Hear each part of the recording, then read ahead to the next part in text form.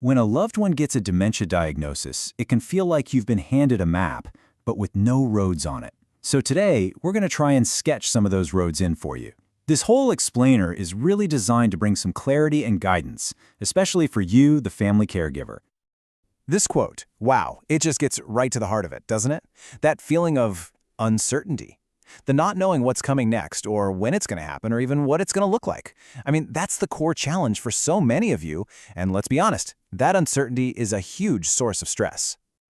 So that's the big question, right? How do you prepare for a journey when the path just isn't clear? Well, here's the thing. While every single person's journey with dementia is unique, and I can't stress that enough, there is a general progression. And if you can understand that, it can act like a roadmap. It'll give you a sense of the landscape up ahead, even if your exact route ends up being a little different. All right, so here's our plan for today. We're going to start by talking about just how unpredictable this path can be. Then we'll walk through the three main stages, the early, middle, and late stages. And then we'll wrap it all up by talking about why knowing this stuff is so important and how you can use it as your guide. Okay, let's get into it. But first, and this is probably the most important thing I'm going to say today, before we even talk about the stages, you have to remember this. These stages are just a guide. Every single person's journey with this disease is completely unique. So really, try to think of these stages less like some rigid checklist and more like a general guide. You know, your loved one might have symptoms that seem to fit into two different stages at the same time. They might even skip a symptom completely. The whole point of this roadmap is to give you a sense of the terrain, not to perfectly predict every single twist and turn. All right, let's start at the beginning, the early stage. This is usually where the journey starts, and it's often when family members, you guys, first start to notice that, something just feels a little off. Now, in this stage, your loved one might still be totally independent. I mean, they could still be driving, working, going out with friends. On the surface, everything can look pretty normal. But underneath all that, you, or maybe even they themselves, are starting to notice little lapses, little difficulties that just weren't there before. And when you look at some of these common symptoms, you'll see it's about more than just simple forgetfulness. We all misplace our keys sometimes, right? This is different. It's a consistent pattern. It's that struggle to find a really common word, or suddenly having trouble with a recipe they've made 100 times, or maybe forgetting the plot of a TV show you literally just finished watching. This is the point where a doctor can often start to see real clinical signs of memory or concentration issues. Okay, so moving on from those first subtle signs, we enter what's called the middle stage. And one thing that's really important to know about this stage is that it's usually the longest one. I mean, it can last for many, many years. This is really when the need for more hands-on care starts to ramp up.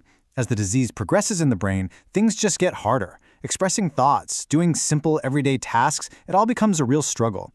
And this is where your role as a caregiver often has to shift, becoming much more involved. And you can totally see that shift when you look at these symptoms. The memory loss gets more serious. We're talking about forgetting major life events, or even their own personal history. And this is also when some of the more challenging behaviors can start to show up. Things like wandering, or getting really confused about the time of day, and even significant personality changes, like becoming withdrawn or suspicious. And from the middle stage, the journey moves into its final phase, the late stage. At this point, the need for care becomes pretty much constant and very intensive. In this final stage, individuals lose more and more of their ability to connect with the world around them.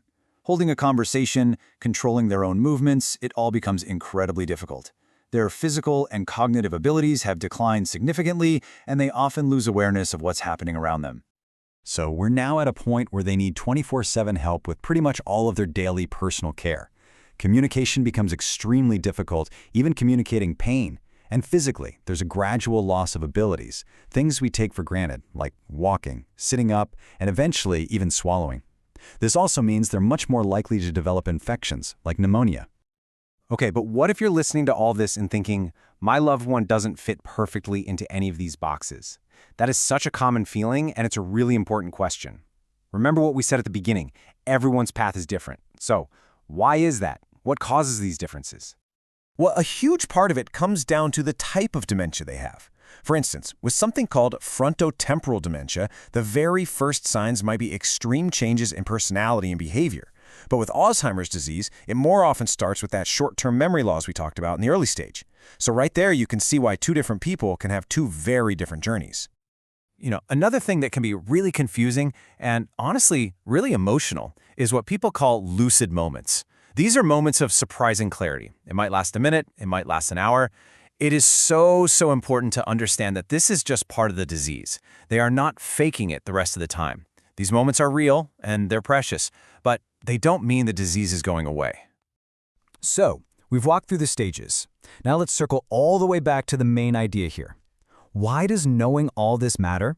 Why is understanding these stages, even with all their unpredictability, actually a powerful tool for you as a caregiver? Because look, this isn't about having a crystal ball to predict the future. Not at all. It's about being able to prepare. Just having a general sense of what might be coming down the road is essential. It lets you shift your whole mindset from just reacting to whatever happens to proactively getting ready. And this preparation, it happens on two really important levels. First, there's the practical side. You can start to anticipate and plan for things like increasing hands-on care, and the financial side of things. But just as important is preparing emotionally. Knowing that certain symptoms or behaviors might pop up gives you a chance to learn coping strategies now so you're not caught off guard. It helps you prepare to handle those changes with compassion when they happen. And in the end, that's what this is all about. This knowledge, this roadmap, it isn't meant to make you anxious or fearful about the future. It's meant to empower you. Because when you understand the path ahead, you can put plans in place. And that frees up so much of your mental and emotional energy so you can focus on what really matters, which is connecting with your loved one and focusing on the good moments you have together, right here, today.